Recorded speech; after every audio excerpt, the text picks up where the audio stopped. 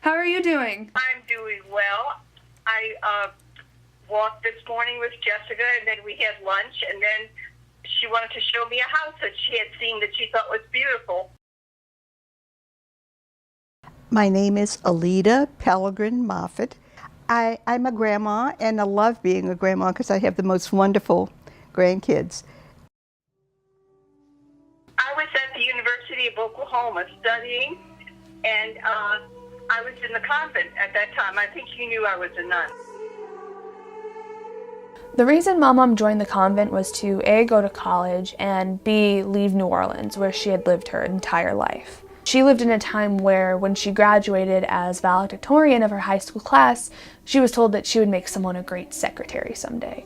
I had cousins who had become secretaries, and who had gotten married, and I wanted something more than that. It was a big world, and I wanted to see as much of it as I could. And the nuns of the order that I belonged to at that time had a college in Dallas, and I was supposed to study chemistry and go back and teach there.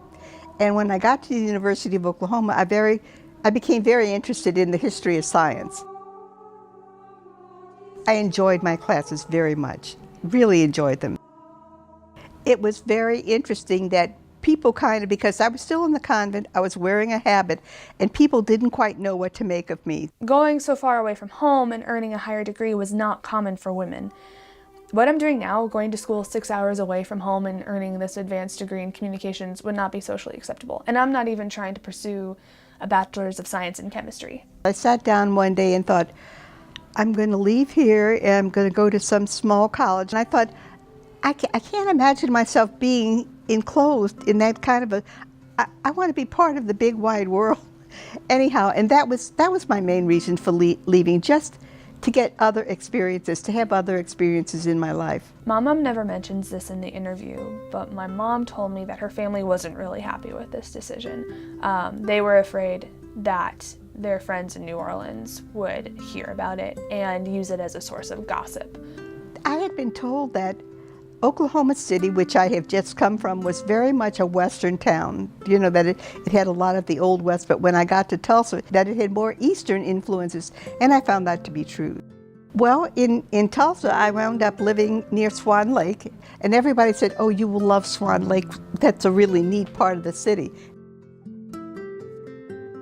I walked everywhere. I was in wonderful shape physically because everywhere I wanted to go, I walked.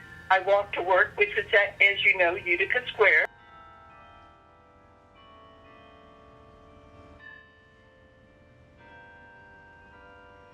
I worked at the Utica Square Medical Building. It was at the far end, back end of Utica Square. I looked for it when I went, but it's not there anymore. So Mom worked as an assistant to the doctor at the Utica Square Medical Building. She basically prepared the patients who were about to see the doctor, got all their medical information. She said that having an advanced degree in chemistry really helped her get the job. And ironically, Utica Square is where I've been going every weekend to do my homework. And I didn't realize that my grandma worked there until this year. There were so many enticing shops and opportunities to go shopping. And of course, I had to walk right through Utica Square to get to where my place of employment was. I saw this knit shop, and I had always wanted to learn how to knit because I had an aunt who was a prolific knitter. The lady at the yarn shop said, well, what do you want to make? And I thought, well, a sweater. And so she picked out a pattern for me, and the people I worked with were just aghast because she had picked out, they thought, one of the most difficult patterns in the shop. So I made that sweater and loved it and still have it.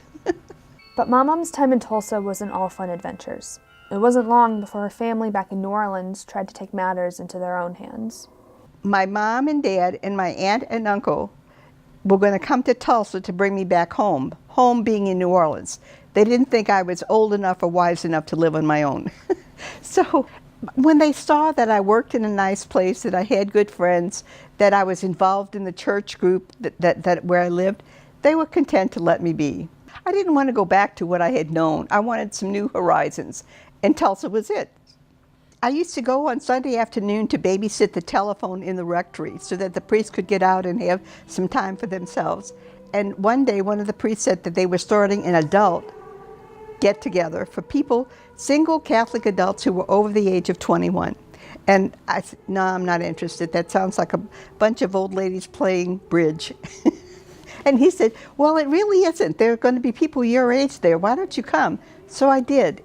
We used to go to presentations. I remember going to one, and it was the one where I met my future husband, that we sat down and talked. And as a matter of fact, looking back on it, I think we argued all evening.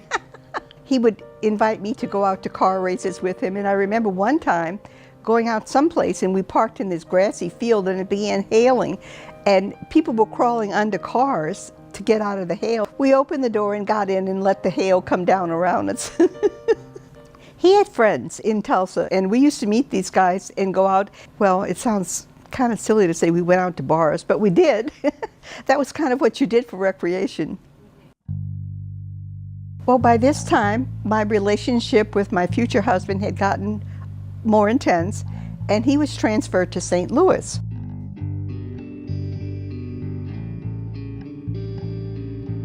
He asked me if I would like to tag along with him to St. Louis, and I said, well, what does that mean? You know, I'm just not going to St. Louis with you. And he said, there's lots of opportunity for you because you have a degree in chemistry. I got a job at St. Louis University in the research department in the medical school.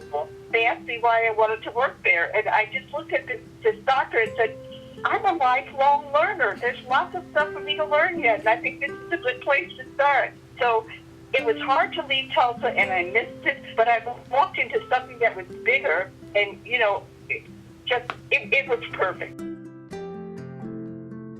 So I think it's just amazing that my grandma would feel so comfortable, you know, jumping from city to city, creating a new life for herself, finding things that she was interested in and then going after it. One thing I noticed in her interview was that she never really likes to talk about the fact that what she was doing at that time was not normal for a woman of her age, especially a single woman of her age.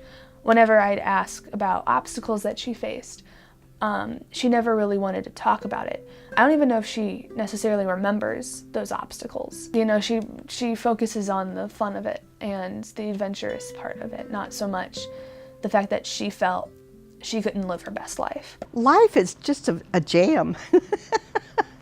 And, you know, you have to look around and find these things that you think might be interesting, and I did. I was never afraid to take a chance on anything. I guess I was brave. I don't know.